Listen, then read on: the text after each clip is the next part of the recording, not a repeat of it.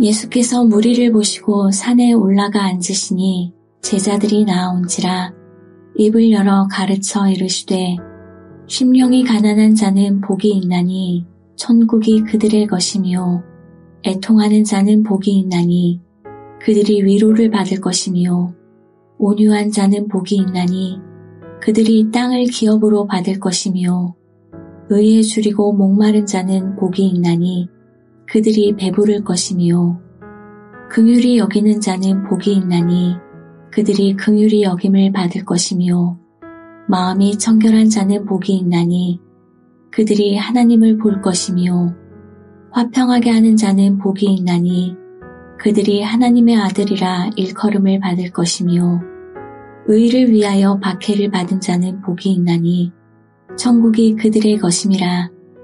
나로 말미암아 너희를 욕하고 박해하고 거짓으로 너희를 거슬러 모든 악한 말을 할 때에는 너희에게 복이 있나니 기뻐하고 즐거워하라.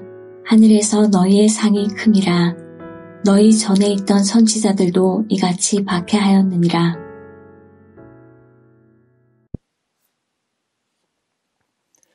네, 오늘은 마태복음 5장 1절부터 12절까지 말씀으로 묵상하도록 하겠습니다. 예수님이 산에 올라가셔서 무리들과 제자들에게 가르치신 내용이 마태복음 5장의 내용입니다. 가버나움 근처 산 언덕에서 가르치시다고 해서 산상수훈 또는 산상설교라고 부르고 있습니다.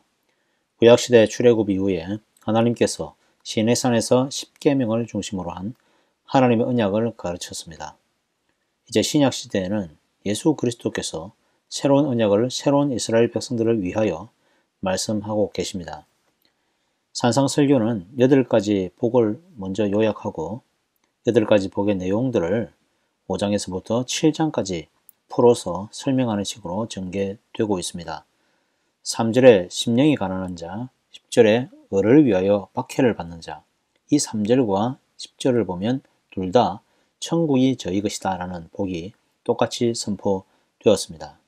그리고 3절과 10절에 천국 복에 둘러싸여서 4절과 9절에 보면 6가지 복들이 나열되고 있습니다. 마치 천국에 있는 자에게 주어지는 특권들이 천국 속에 놓여 있는 것 같습니다. 위로를 받고 땅을 기업으로 받고 배부를 것입니다. 긍휼히 여김을 받고 하나님을 볼 것이고 하나님의 아들이라 일컬음을 받을 것입니다. 이것이 천국에 속한 사람들에게 주어지는 하나님의 복들입니다. 이런 복들을 나열하면 이렇습니다. 심령이 가난한 자, 애통하는 자, 온유하는 자, 의에 줄이고 목마른 자, 긍휼히 여기는 자, 마음이 청결한 자, 화평하게 하는 자, 의를 위하여 박해를 받는 자가 복되다는 것이죠. 그런데 팔복을 얻을 사람들에게 예상치 못한 일이 11절에서부터 12절에 기록되어 있습니다. 이건 복과는 전혀 상관없어 보입니다. 욕을 먹고 박해를 당하고 거짓 고발을 당하여 악한 말을 듣게 될 것입니다. 천국 복을 주신 예수님을 따라 팔복을 따라 살아가면 오히려 박해를 받게 될 것이다 라는 사실이 굉장히 복과는 모순적으로 보여집니다. 더 모순적인 것은 12절입니다. 선한 길을 가면서 욕을 먹고 박해를 받을 때 기뻐하고 즐거워하라는 것이죠.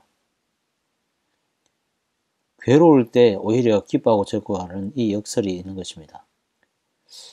그 이유를 보니까 하늘에서의 상이 크기 때문이다 라는 것이죠.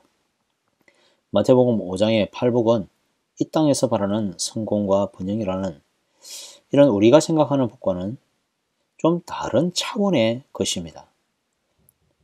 세상의 성공과 번영이 간섭하지 못하는 하나님 나라의 이 복, 성공 법칙이 따로 있다라는 것이죠. 하나님의 선지자들이 이렇게 해서 하늘의 상을 받았고 우리 또한 하늘의 복을 받으려면 바로 팔복의 길로 행해야 한다라는 것을 가르쳐주고 있습니다. 성도 여러분, 복하면 빠지지 않는 나라가 바로 우리나라입니다. 역사상 가장 성공한 교회가 있다면 바로 한국의 교회들일 것인데요. 번영의 신학을 포함해서 정말 이 한국교회는 단기간 경제 성장과 함께 폭발적인 성장을 이룬 곳이었습니다. 세상의 관점에서 가장 큰 성공을 거둔 조직이 어떻게 보면 교회가 될 것입니다. 세계에서 가장 큰 회사, 멋진 회사가 미국에 있습니다. 그런데 세계에서 가장 큰 교회는 한국에 있습니다. 그만큼 큰 성공을 거두었습니다. 성공이나 번영과 같은 단어는 성경에도 나와 있고 하나님이 약속하신 복에도 포함되어 있습니다. 교회도 돈과 건물과 사람이 필요하고요. 우리 성도님들도 돈과 집과 자녀들이 잘 되고 필요합니다. 하나님은 이 땅에서 육신을 가지고 살아야 할 사람들의 필요를 아십니다. 이런 필요가 있어야 또한 이 땅을 누리며 살아갈 것입니다. 그런데 이 땅에서 누림 바로 이 자체는 하나님의 백성도 물론 누리고 있지만 하나님의 백성이 아닌 믿지 않는 사람들도 똑같이 누리고 있다라는 것입니다. 하나님이 주시는 보편적인 복이 바로 이 땅에서의 부와 성공의 법칙입니다. 그러면 하나님 나라만의 복이 있다라는 것이죠.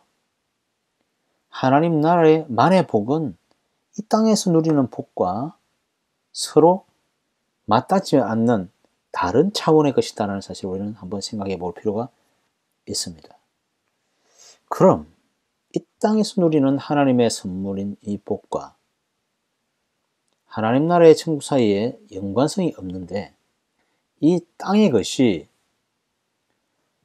하나님의 것과 연결되려면 어떻게 하면 되는 것일까요? 땅의 것은 땅에서 끝나고 우리는 아무것도 가져갈 수가 없습니다. 그런데 분명 우리의 가진 것이 천국과 아무 상관이 없지만 우리의 가진 것을 어떻게 사용하느냐에 따라서 천국과 이어질 수 있다는 사실입니다. 하나님 나라를 바라보며 사는 관점, 이 땅의 것을 가지고 어떻게 하나님 나라의 복된 것으로 사용할 수 있느냐, 이 관점이 중요하다는 것이죠. 수천억을 가진 부자라도 하나님의 뜻대로 사용하지 않는 재물은 아마도 천국에서는 티끌에 불과할 것입니다.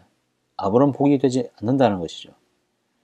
내가 가진 재물이 하나님의 것이라는 청지기 정신으로 하나님 나라를 위해 이웃과 나누며 선을 행할 수 있다면 이것이 천국의 복과 연결될 수 있을 것입니다.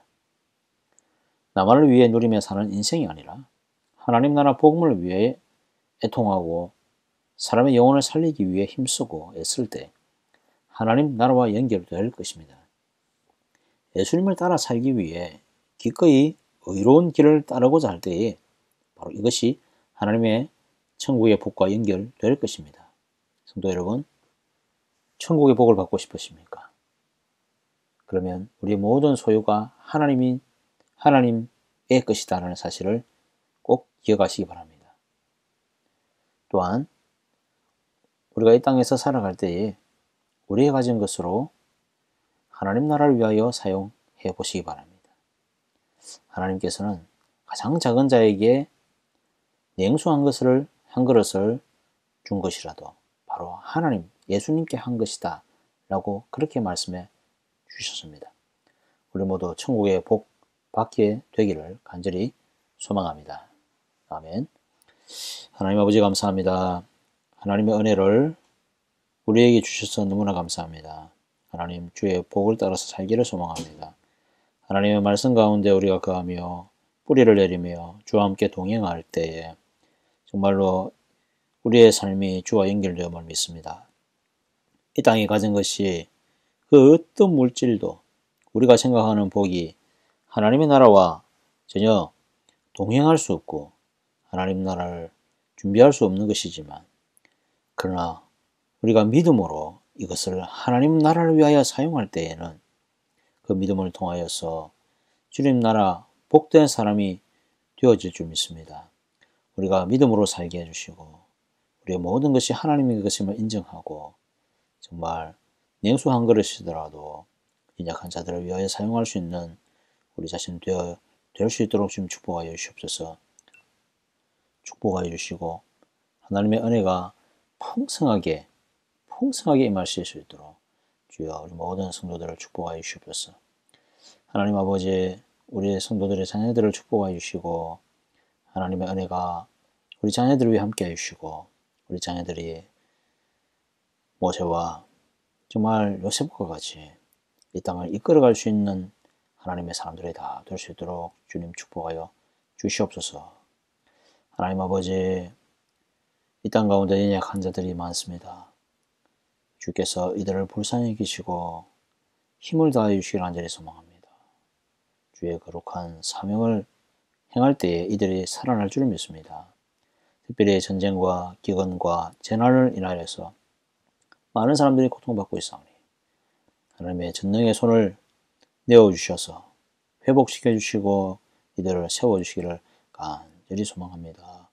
오늘 하루도 우리 모든 성도들이 주와 함께 동행하는 귀한 날 될 수 있도록 축복하여 주시옵소서. 이 모든 말씀 예수님의 이름으로 기도드립니다. 아멘.